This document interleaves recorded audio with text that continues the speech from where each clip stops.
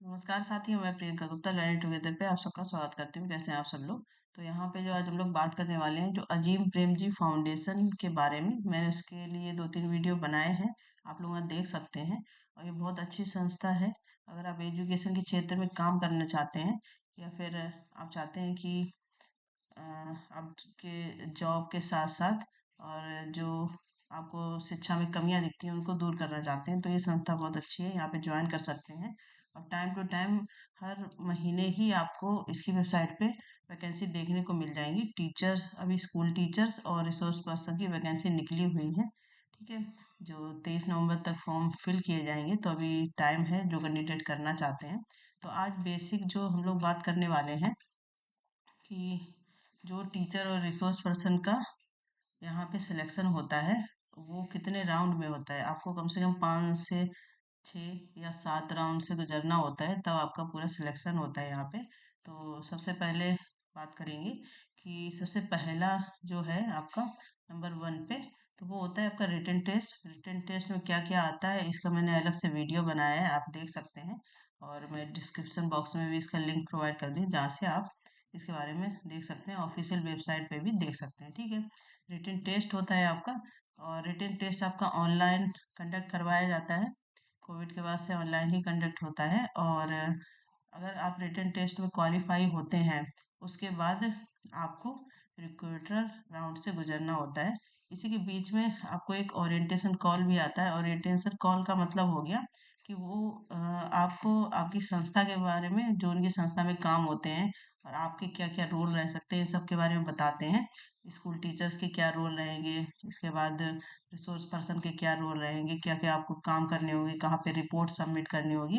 मतलब ओवरऑल जो उनकी संस्था के काम होते हैं, जो उनकी डिजायर चीज़ें हैं, अगर आप उसको उसमें देखते हैं कि हाँ ये काफ़ी अच्छी चीज़ें हैं, तो आप आगे के राउंड में पार्टिसिपेट कर सकते हैं। ठीक है, तो उसके साथ ही एक एप्लीकेशन फॉर्म भी आपको भरवाया जाता है। रिटन टेस्ट में आप क्वालिफाई होते हैं, उसके बाद उसमें आपकी सारी डिटेल भरवाई जाती है। इसके बाद पूछा जाता है कि आप क्यों संस्था ज्वाइन करना चाहते हैं, या फिर आपके जो पिछले एक्सपीरियंस हैं उनके बारे में पूछा जाता है। आपकी सैलरी एक्सपेक्टेड आप कितनी चाहते हैं, ये सब चीज़ें पूछी जाती हैं। ठीक है, फिर उसके बाद ये बेसिक हो गया पहला राउंड यहाँ पे।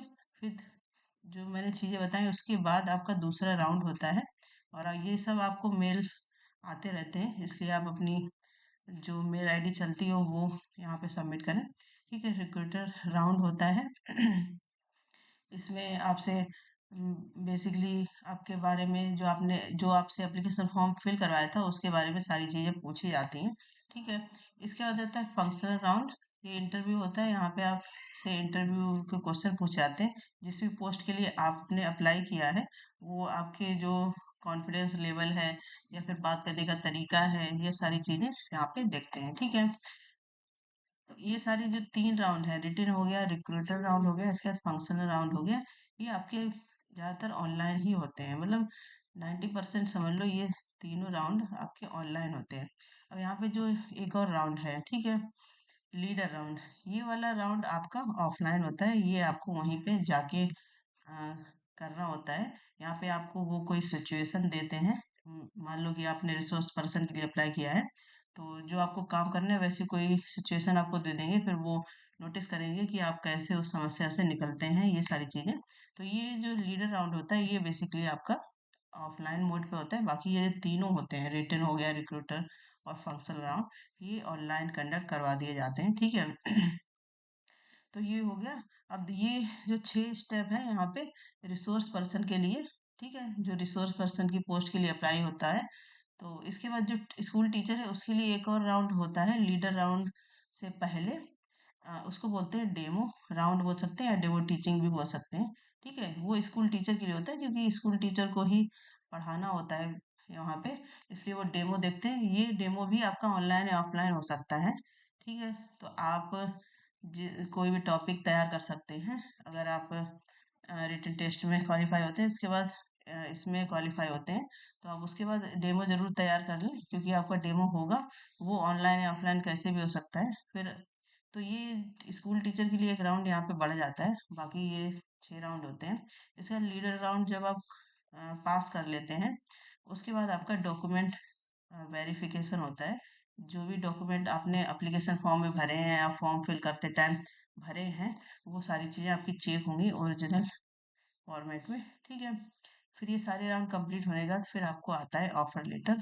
ठीक है, और आपको ज्वाइन करना होता है। ठीक, तो ये सिलेक्शन प्रोसीजर क्या रहता है अजीम प्रेमजी फाउंडेशन का, ये पूरे राउंड है। फिर से मैं एक बार बता देती हूँ। सबसे पहले रिसोर्स पर्सन की बात करेंगे तो रिटन टेस्ट होगा, उसके बाद आपका रिक्रूटर राउंड होगा। ठीक है, उसके बाद फंक्शनल राउंड होगा, फिर आपका लीडर राउंड होगा, डॉक्यूमेंट वेरिफिकेशन होगा, फिर ऑफर लेटर आएगा। स्कूल टीचर की बात करें तो रिटन टेस्ट है आपका, रिक्रूटर राउंड है, फंक्शनल राउंड है, उसके बाद आपका डेमो टीचिंग या डेमो राउंड कुछ भी बोल सकते हैं आप, वो होगा। ठीक है, वो ये सब ऑनलाइन ऑफलाइन हो सकते हैं। केवल ये वाला जो राउंड है लीडर राउंड, इसको आपको याद रखना है, ये ऑफलाइन ही होगा, वहाँ जाके आपको देना होगा। ठीक है, फिर आपका डॉक्यूमेंट वेरिफिकेशन, फिर ऑफर लेटर। तो टीचर एजुकेशन के लिए या जो एजुकेटर्स हैं स्कूल टीचर, उनके लिए एक राउंड बढ़ जाता है डेमो का, बाकी सबके लिए सेम प्रोसेस रहता है पूरा।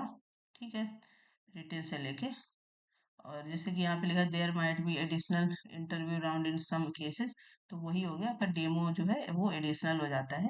ठीक, तो ये पूरा सिलेक्शन प्रोसेस है, ये इतने स्टेप होते हैं अजीम प्रेमजी फाउंडेशन में। अगर आप करना चाहते हैं, अप्लाई करना चाहते हैं या किया हुआ है, तो ये पूरे राउंड होंगे जिससे आपको गुजरना होगा, उसके बाद आपका सिलेक्शन होगा। और अच्छी संस्था है, अच्छा काम होता है, सच में एजुकेशन जो काम करना चाहिए वो होता है। गवर्नमेंट की जो पॉलिसी है उन पे बेसिकली काम होता है यहाँ पे। ठीक है, तो उसमें कमियां उसको कैसे और अच्छा किया जा सके, और प्लस टीचर्स की भी चीज़ों का भी ध्यान रखा जाता है। केवल फिजिकल चीज़ों पे नहीं ध्यान रखा जाता है कि टेक्नोलॉजी का ध्यान रखें, या फिर ये सब जो इमोशनल लेवल पे बच्चों की या टीचर्स की चीज़ें होती हैं उन पे भी काफ़ी काम किया जाता है यहाँ पे। ठीक है, तो आपको एक एक चीज़ समझ में आ गई होगी। इसके अलावा कोई डाउट है तो कमेंट सेक्शन में पूछ सकते हैं। और कुछ बच्चे रिसोर्स पर्सन की सैलरी का पूछ रहे थे, जो मैंने पिछला वीडियो बनाया था, तो मैंने सैलरी के बारे में उसमें बताया। आप लोग पूरा वीडियो जरूर देखें, जिससे आपको सारे पॉइंट क्लियर हो जाए। ठीक है, इसी प्रकार के अपडेट के लिए बने रहिए लर्न टुगेदर से। धन्यवाद।